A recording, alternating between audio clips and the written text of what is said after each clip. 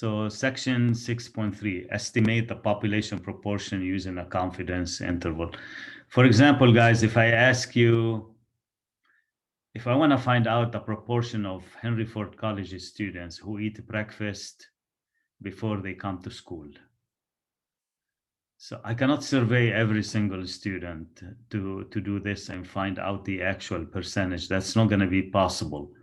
So what I can do, I can get a sample of students, let's say 100 students, and I ask him, how many of you eat breakfast before you come to school? Let's say out of the 100, 21 out of 100 say that they eat breakfast. So 21% of the students that I surveyed say that they eat breakfast. It doesn't mean that 21% of the entire population eat breakfast, but I can use the 21% that I got from the sample to find a confidence interval for the true percentage of students who eat breakfast before they come to school. It's gonna be, the true percentage is going to be between a lower percentage and a higher percentage, just like in the previous confidence intervals that we did. So we're going to learn, we're going to still continue to do confidence interval, but this time it's going to be for the population proportion, for the proportion, find a percent. During election times, guys, it was all proportion. When you see on the screen, you know, like they say 59% will vote, you know, just for this candidate with a margin of error of plus or minus 4%. It means a 59% minus 4% and 59% plus 4%. This is called a confidence interval for the proportion. So when the interval involves percents, then it is about the proportion, not about the mean anymore. And that's what we're going to learn in this section. So we learned how to find confidence interval for the mean. When sigma is known, we use Z interval. We learned how to find confidence interval for the mean. When sigma is not known, we use T interval. And now we're going to learn how to find confidence interval for P, the percent, the proportion. What are the requirements? Okay, so this is the section, guys. Estimate the population proportion. I'll go over the requirement with an example. And your interval, here's how your interval is going to look like. That's what we did in the previous section. I'm going to show you how I can convert that to something that matches with this section.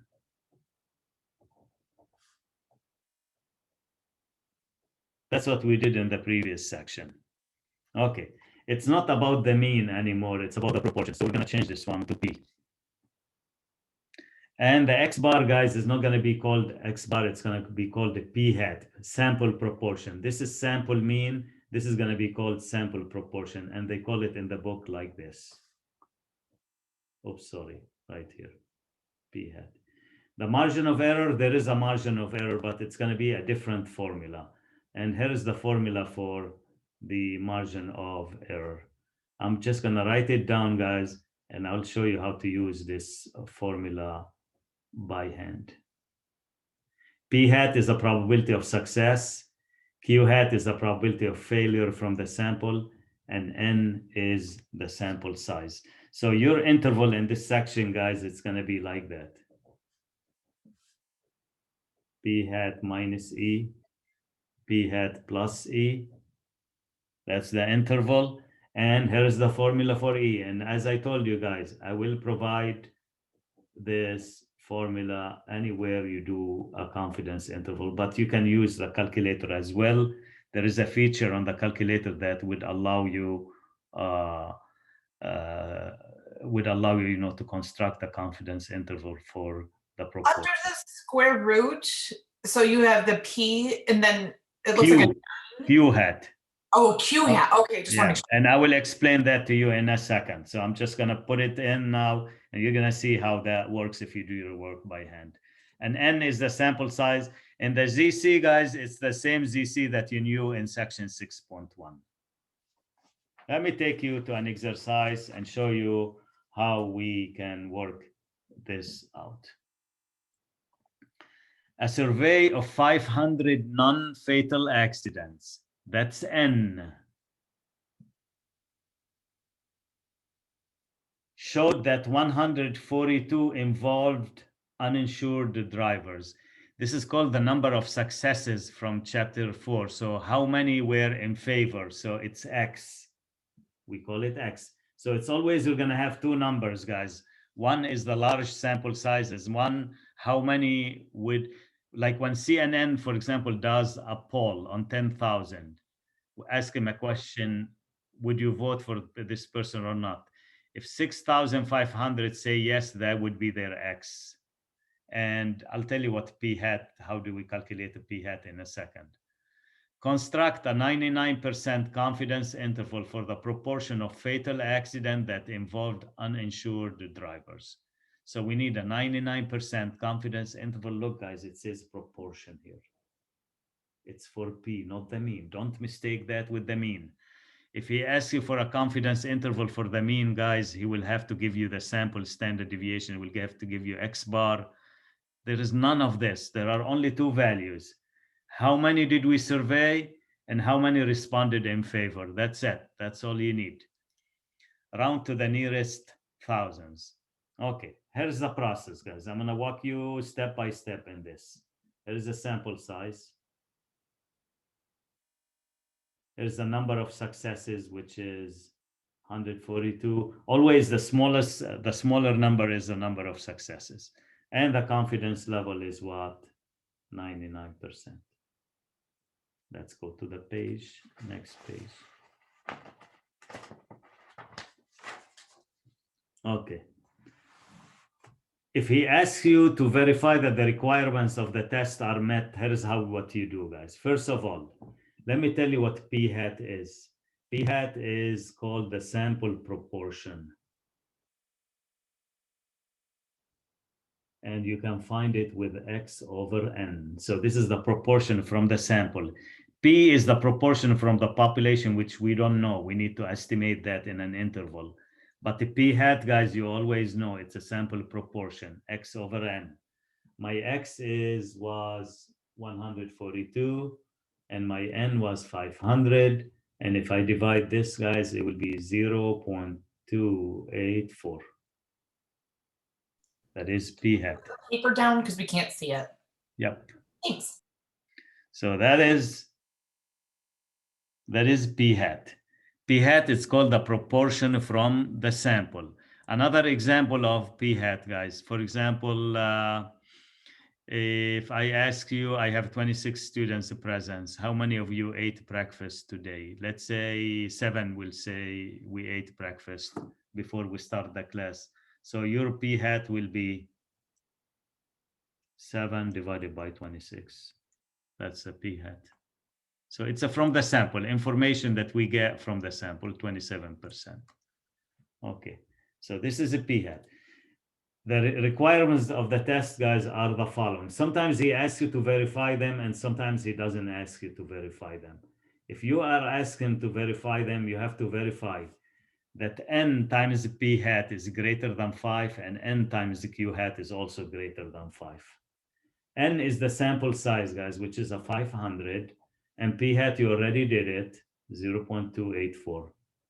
Well, you guys, if you do the multiplication, definitely it's going to be more than 5.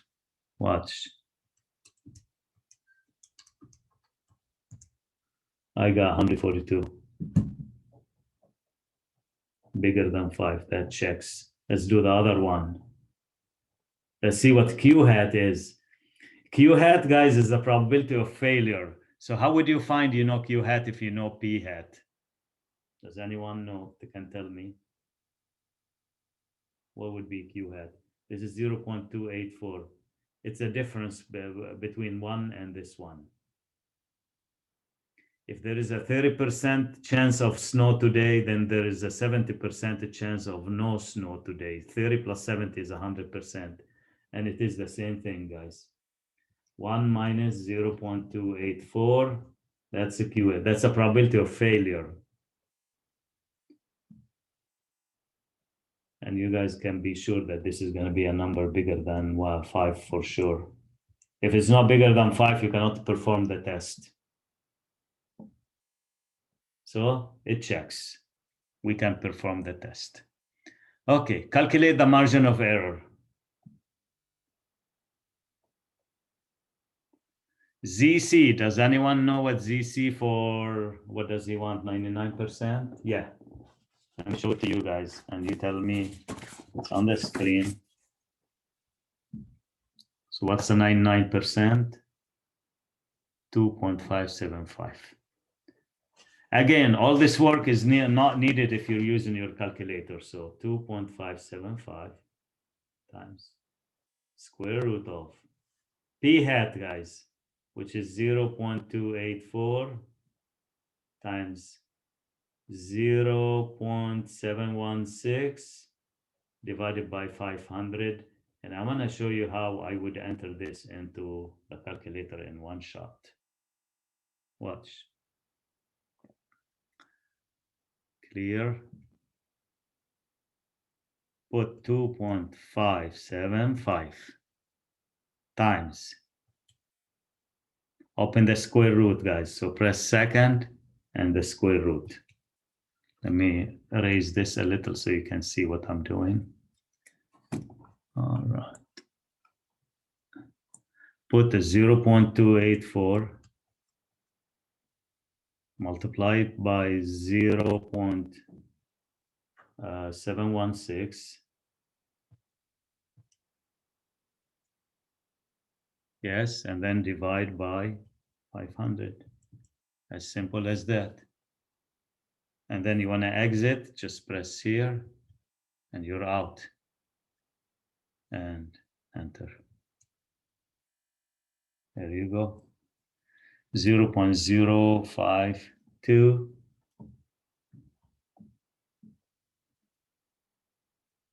And now I'm ready to write the interval. Once you find E, guys, you're done. I made a typo mistake here, guys, in here. Can someone correct this one? There's something not right here. Because I can't. Isn't it plus first and then? No, minus and plus. It's right here, guys.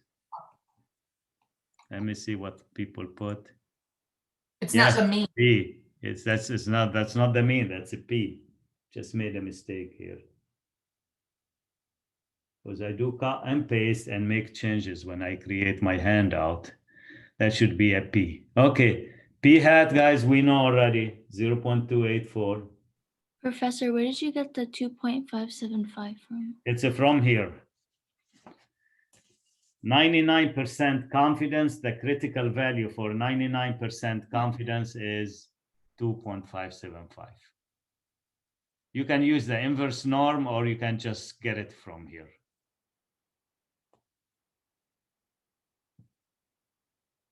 So that's the ZC. Minus 0.052, less than P, less than 0.284, and then plus 0.052. And if you write it down, guys, finally, and I'm going to show you how to use the calculator in a second. You will like that. It's going to be much simpler than doing this work. So I got 0.232 and then 0.284 plus 0.052. I got 0.336. And interpret the answer in words. Let's interpret the answer in words and then I'll show you how to use the calculator. With 99% confidence, you can say, or we can say, you can change this word here, that the true proportion means percent, guys, or probability of fatal accidents. I'm just copying and pasting from the problem itself that involve uninsured vehicles.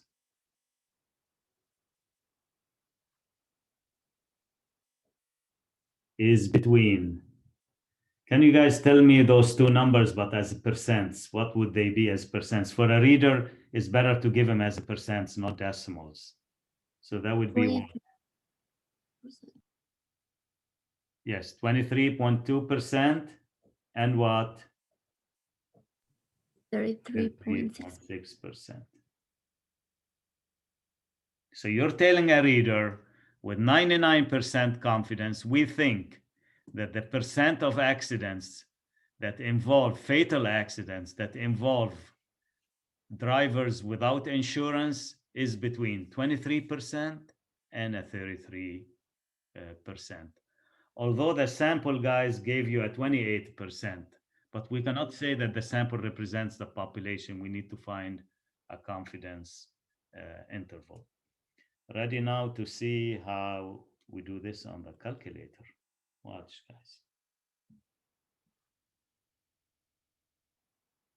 You go to stat, as I told you, tests.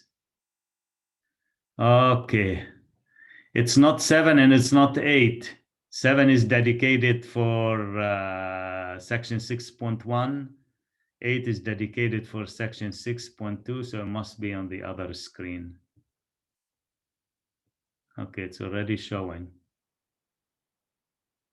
Can you guys tell me which one do you suspect is going to be? We use Z and we did a proportion. So which letter would that be? Yep, you're correct. It is A. Proportion Z interval for this section, guys. You can take a note for this section. This is the formula that you'll be using right here. A. Watch. Let me show you how to use it. It's very easy to use. Okay, you just enter X and N. X is a smaller number, which is 142. N is a larger number, which is 500. Confidence level, he wants 99. And I should get the same interval. Otherwise, I'm in trouble, guys. There you go. 0.232, 0.336, exactly a perfect match with what I did. So to write down how to use the calculator, use one prop Z interval, enter X equals 142 and N equals 500. That's all you have to do. Any questions, guys? All right. I'm gonna do another example before, and I'll come back to this part. This is in the handout.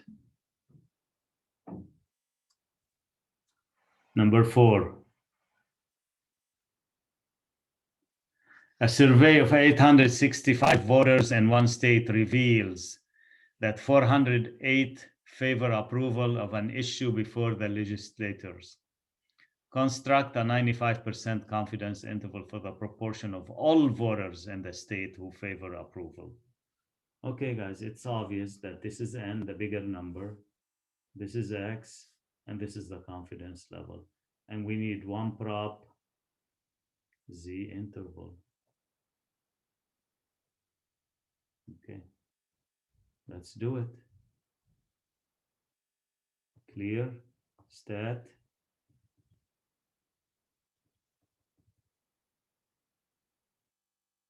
Okay, one prop Z interval, I selected that. And now watch, guys. We're gonna do, he wants X first, so the smaller number, which is 408. Then N, which is 865. Then the confidence level, which is 95. And here's the interval. The p hat is X over N. That's the p hat, is X over N. He put it in there as well. And then your interval, guys, is going to be P between 0.4384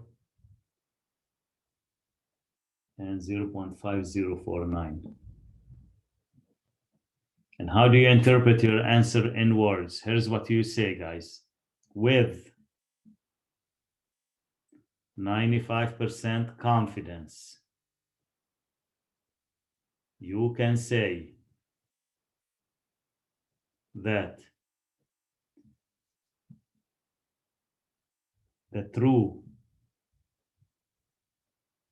and guys, just copy this wording right here. Just copy it word by word, that the proportion of all voters in the state who favor approval is between,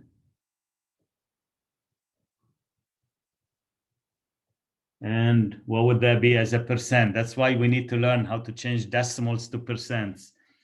In the book, he might ask you to choose, an answer with the percent. So it's important to understand how to change to percent. That would be 43.84%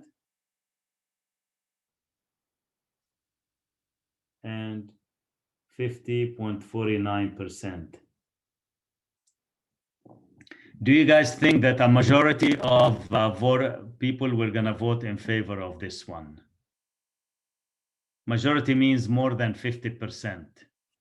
Based on the confidence level, do you think, just the proposal is going to pass?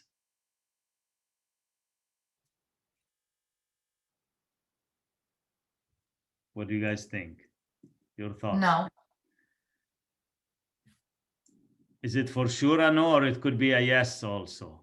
It could be a yes, but because it's a lot lower than 50. Yeah, but there could be a chance of a yes. Let me tell you guys, any number, it could be any number from 43 to 50.49. If it is anywhere less than 50 but more than 43, is not passing. But it could be a 50.2 or 50.3 or 50.4, it will pass. So it's a yes and no answer here. Yeah. As you said, it's leaning toward more than not passing, because like 50 is right on the edge. But if you guys, I do 90% confidence interval, then that will widen, just the interval, we'll see a 51%. So you cannot tell, cannot say for sure whether this is going to pass or not. But I could give you a question like this, guys, on the test, and you end up with an interval like, say, 53 to 57. And I ask you, with this pass, you should tell me based on the interval, yes, because the over 50% is already there in both lower end and upper end. So that's an example of section 6.3. Okay, we're gonna review some more here. Number 2. A college math professor has office hours from 9 a.m. to 10:30 a.m. daily. A sample of waiting times to see the professor in minutes is the following. Assuming that sigma is 7.84, find a 95% confidence interval for the mean. Once he gives you sigma, guys, remember what I said. You must use a z interval. That's a population standard deviation. So what we're going to do, we're going to put this data into your calculator and try to figure out the confidence interval. So let's do that. So you have 10, 12. Don't attempt to do this by hand. I'm not expecting you to do a problem like this by hand, guys. 15, 17, 10, 30, 28, 35, 28, 19, 27, 25, 22, 33, 37, 14, 21, 20, and 23. So although it's a large data set, but doesn't take much time, guys, to do it. So here is the data in L1. And if you agree, it should be a Z interval for the mean because sigma is known. Let's proceed to the Z interval stat, tests, and it's Z interval, guys. Oops, not 8, it's 7. Don't mix up the two. Okay, input is data. That's a proper thing. I need data here. And look, he's asking me for sigma. I need to input sigma, which is 7.84. And L1, my data is in L1. And what do we want? 95? I don't remember. 95, yes. And look, guys. Calculate. That's the interval. Let's write it down.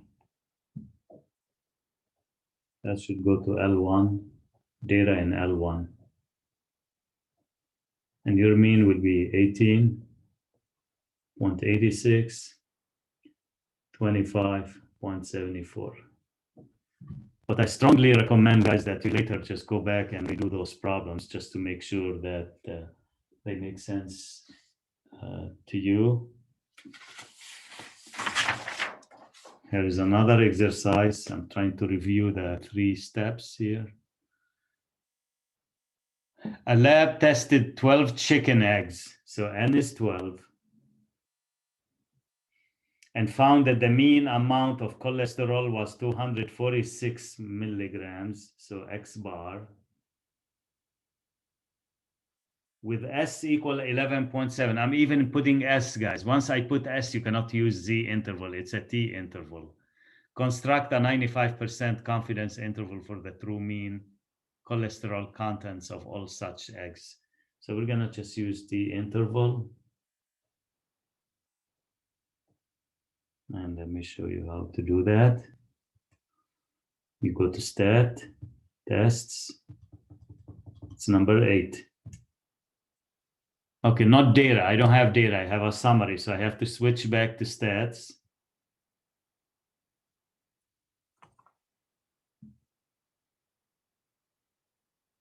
And then X bar, guys, is 246. S is 11.7. N, we have a 12. And the confidence level 95. You can see the 95 shows up a lot. It's a very common level of confidence. And here you go, guys. That's your interval. If you use Z interval, you're going to get a wrong interval. That would be very close, but that doesn't match with this one. 238.57 and 253.43.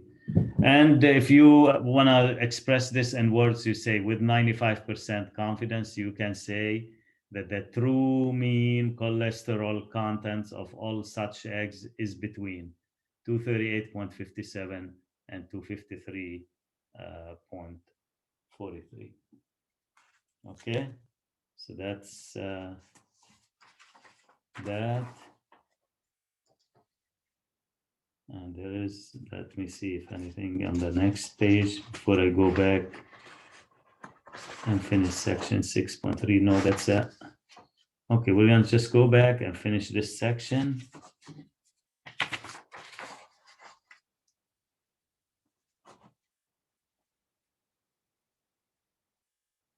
All right, guys. Let me tell you what the last part of section 6.3 is going to be. So we had this formula for section 6.3.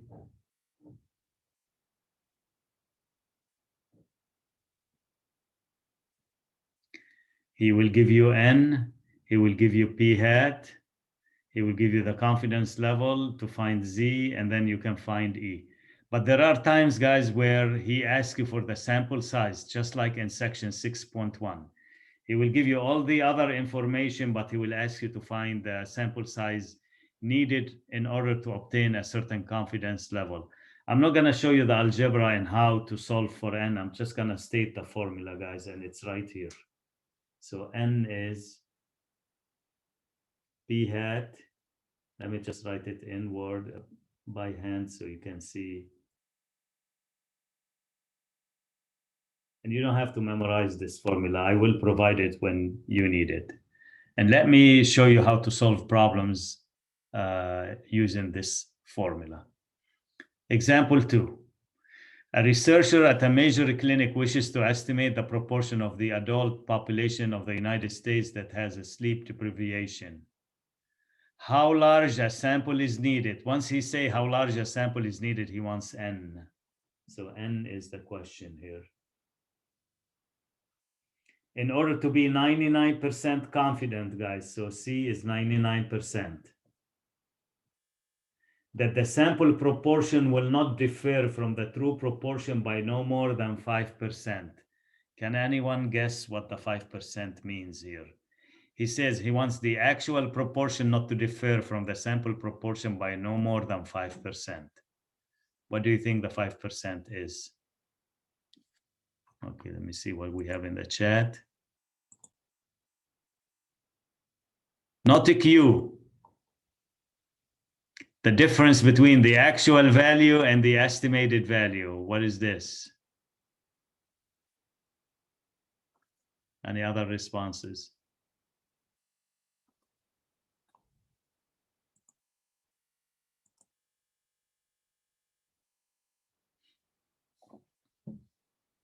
What's the definition of the margin of error, guys? It's a difference between the actual value and the estimated value. And look what he says here. That the sample proportion, this is the estimated value from the sample, will not differ from the true proportion, which is the actual percentage, by no more than 5%. That should be E, guys. So always E. That is E. So you have E, which is 5% or 0.05.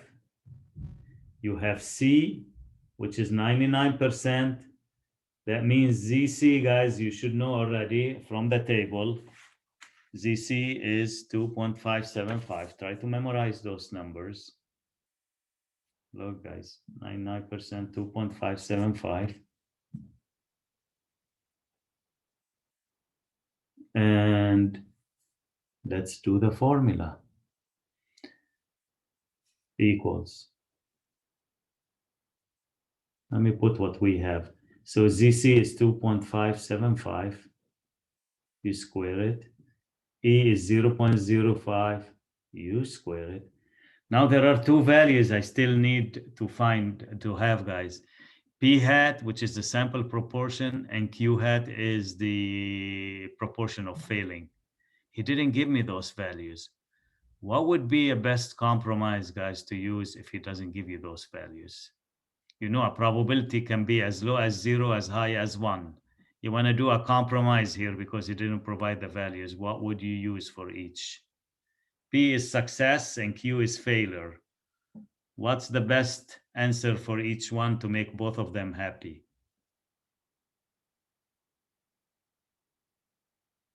If you are to choose between 0 and 1. 1 for P and 0 for Q?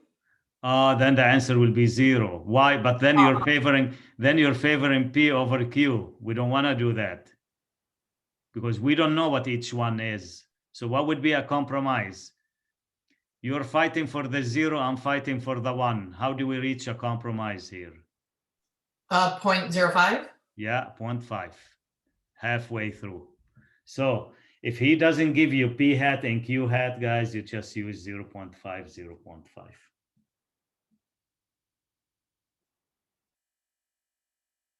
And let's do the math. I'll show you how to do this. 0.5 times 0.5 times 2.575 squared. Look, how would I pick the square, guys? It's right here. Divide by 0.05 and squared. And look what the answer is going to be. 663.0625. Remember, you have to round up with sample size. So we're going to do 664. Sample size is at least 664. Okay. There's another one that speaks the same language, finding sample size, example 3. A state highway patrol official wishes to estimate the number of legally intoxicated drivers on the certain road. How large a sample is needed in order to be 95% confident? So C is 95%, guys. That the sample proportion will not differ from the true proportion by no more than 2%. Can you guys tell me now what the 2% stands for? 0.5. E. E. Yep. That's the E. Okay. Let's use the formula I used before. That's the formula. He didn't give me information about the P hat and Q hat, so I'm going to use 0.5 as a compromise. Okay. For 95% confidence, guys, watch. It's already there. You should memorize it. 1.96 squared, and then 0.02 squared. And let's see what the answer is. Here you go, guys. 0.5, just gonna do the same as before. 0.5 times 0.5 times 1.96 squared divided by 0.02, and then don't forget to square it. 2,401, exactly. Just, you don't round, no up, no down. It's a whole number, so you use it. That would be the minimum sample size. That's for part A. Now let's see what he says in part B. Repeat part A, assuming previous studies found that 75% of the drivers on this road are legally intoxicated. And don't look at the 6, it's just a page number here, guys. Okay, let's see what's the difference between part A and part B. N equals confidence level 95%, guys, it's still 1.96 squared. Margin of error, he says it's the same thing as in part A, it's 0.02 squared. Can someone tell me what's going to change here? He says, assume that we know already what the sample proportion was. We know it's 75%. So instead of 50-50, guys, what do we do here? We put a 75% here. And can you tell me what would be Q hat? 0.25. Exactly. Very good. Because they should add up to 1, and then you try to find the answer. So 0.75 times 0.25 times 1.96 squared divided by 0.02 squared equals 1,800.75. That's what I got. So you should round it up. The minimum sample size will be 1,801. So if he gives you P hat, guys, you put it in the question and then you find the Q hat. If he doesn't, you just do 0.5 and 0.5 each. So that is number 3. Again, a university administrator proposed to do analysis of the proportion of graduates who have not found employment in their major field 1 year after graduation. In previous years, the percentage averaged 7%, so that's P hat. He wants the margin of error to be within 4%. The word within, guys, take a note. This is an indicator of the margin of error. So what comes right after within is the margin of error, 4%, 0.04. At a 99% confidence level, what sample size will suffice?